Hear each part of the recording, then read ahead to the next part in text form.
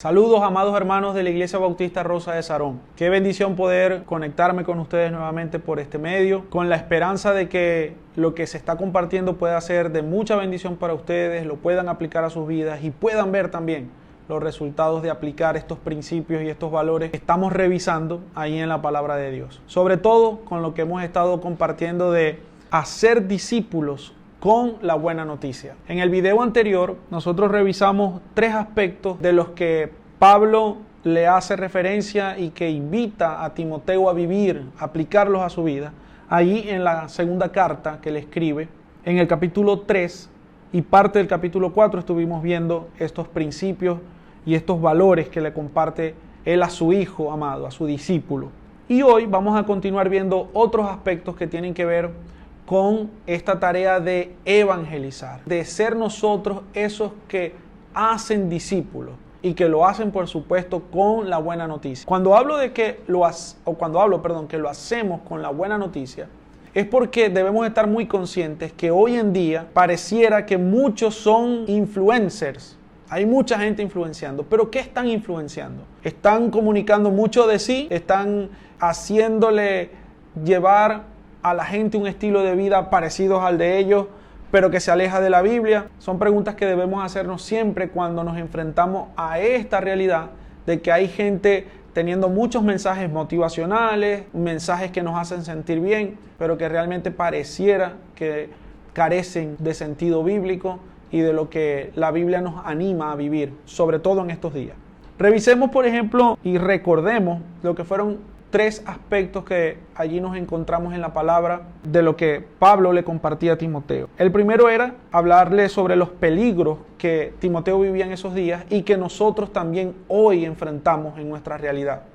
Peligros que son muy propios de la humanidad. Peligros que tienen que ver con esa naturaleza pecaminosa que hace que, por supuesto, la gente viva persiguiendo todas esas cosas de las que hablaba Pablo allí a Timoteo, que tienen que ver, por supuesto, con el pecado, con lo que hace que el pecado en nosotros se haga cada vez más grande. Pero, por supuesto, para nosotros, los que hemos sido redimidos por el Señor, no debe haber ese tipo de aspectos o ese tipo de características en nuestras vidas. Aunque es lamentable saber que muchos actuamos muchas veces de la manera que allí se describe. El segundo aspecto era el ejemplo que Pablo era para Timoteo y que, por supuesto, en la primera carta, y aquí también se lo recuerda, el ejemplo que debe ser él, que debe ser Timoteo. Por eso le dice, procura con diligencia presentarte a Dios aprobado como obrero. También le dice, no te avergüence el hecho de ser joven, sino sé ejemplo, y le habla de una serie de características que como hijo de Dios todos debemos tener.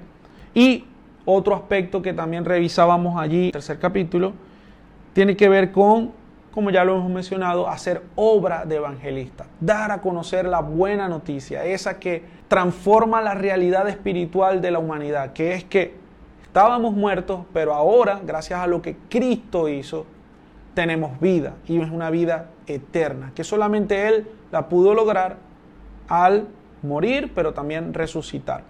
Y hoy quisiera que pudiéramos revisar un punto más. Un punto que tiene que ver con la realidad de que el hacer obra de evangelista no es algo fácil, no es algo sencillo, porque siempre van a haber muchos elementos que atentan contra esto. Y por supuesto que para el tiempo de Timoteo habían muchas cosas que atentaban a que realmente fuera esto una realidad para él. Recordemos que para ese tiempo había una persecución muy fuerte, muy tenaz, y que poco a poco fue haciéndose más dura a medida que avanzó el tiempo una vez que Cristo asciende a los cielos. Y quiero compartir con ustedes unas estadísticas que fueron aportadas o que estuve revisando recientemente por un grupo que se llama Barna Group. Ellos son una agencia de consultores que estuvieron haciendo entrevistas a cristianos millennials. Sí, sé que esta palabra resulta un poco extraña, pero recientemente se habla mucho de esta generación de los millennials. Generación que está clasificada dentro de lo que ha hecho un trabajo la sociología y la psicología de poder identificar las distintas generaciones por el tiempo de su nacimiento a lo largo de la historia. Y por ejemplo, ellos hablan de los baby boomers, generación X, generación Z, y están por supuesto los millennials. Los millennials son la generación que nació entre el año 1980 hasta el año 2000. Allí por supuesto estoy yo, sin decir el año. Pero bueno, hermanos, ellos por ejemplo nos aportan estas estadísticas. El 95% de los cristianos millennials cree que compartir su fe es ser testigo de Cristo. ¿Qué quiere decir esto? Solamente que la gente vea en mí lo que yo digo que soy en Cristo. Pero muchas veces esto está solamente relacionado a lo que es la actividad religiosa. Es decir, que la gente forma parte de un culto, de una congregación, y que eso se puede ver solamente porque la gente asiste los domingos a ese tipo de reuniones como iglesia, pero solamente llega hasta allí. Otra estadística que ellos nos dan, otro aporte, es que el 94% piensa que, por supuesto, lo mejor que puede pasar en la vida es conocer a Jesús. Otro 73% dice que saben responder ante preguntas que tienen que ver con la fe. El 76% de los entrevistados dicen que tienen el don de compartir su fe. Pero ahora fíjense estos números que hemos escuchado y el que más alarma nos puede a nosotros producir. Y es que el 47% de los cristianos millennials piensa que es incorrecto compartir su fe. Entonces vemos que hay como un contraste, sobre todo porque también esta encuesta arrojó que el 87% de los cristianos millennials leen la Biblia hasta varias veces por semana. Eso, por supuesto, en comparación con las otras generaciones de las cuales nos vamos a hablar ahora, que tenían un promedio de lectura bíblica más baja en la semana. Pero, ¿qué es lo que quiero yo poder tocar con respecto a estas estadísticas? Es que, hermanos, llama la atención que los cristianos que supuestamente leen más la Biblia, que pueden de manera certera afrontar preguntas con respecto a su fe, que dicen que son testigos del Señor, que tienen el don de poder compartir su fe, sean los mismos que piensen que es incorrecto compartirla. ¿Por qué pasa esto?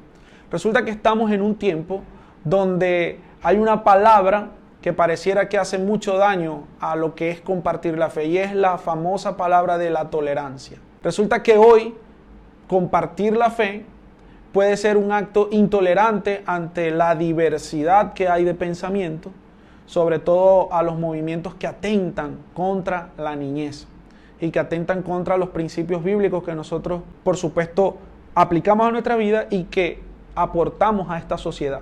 Entonces, este elemento de no querer compartir la fe, por supuesto, tiene que ver con una cosa muy importante.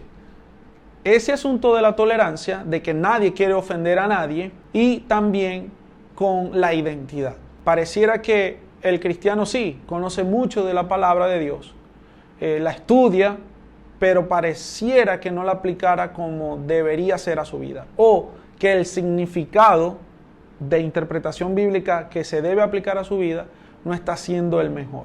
Este es el reto que también enfrentaba Timoteo en su tiempo, sobre todo con mucha gente que en su tiempo eran los pensadores, más que todo en el tiempo que tenía que ver con ese pensamiento griego, el gnosticismo. Se enfrentaba a toda esa situación también. Ahora, Pablo está animando a su hijo Timoteo a que viva como alguien que tiene que ser de ejemplo para su generación, alguien que tiene que comunicar, por supuesto, la verdad de la palabra y sobre todo la buena noticia que trae salvación. Fíjense cómo él de alguna manera le garantiza que es posible hacer eso, cuando en el versículo 6 del capítulo 4 de la segunda carta que escribe Pablo a Timoteo, él le dice: en cuanto a mí, mi vida ya fue derramada como una ofrenda a Dios. Se acerca el tiempo de mi muerte. He peleado la buena batalla. He terminado la carrera y he permanecido fiel. Ahora me espera el premio, la corona de justicia que el Señor, el juez justo, me dará el día de su regreso. Y el premio no es solo para mí, sino para todos los que esperan con anhelo su venida. Claro que hay garantía, hermanos.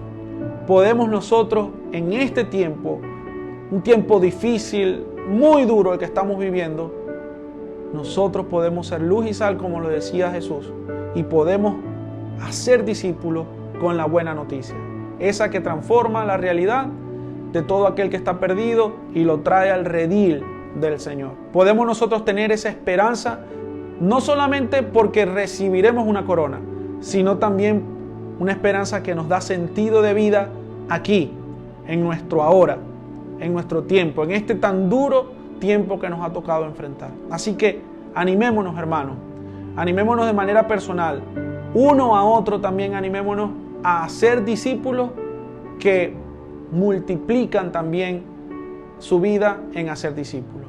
Dios les bendiga.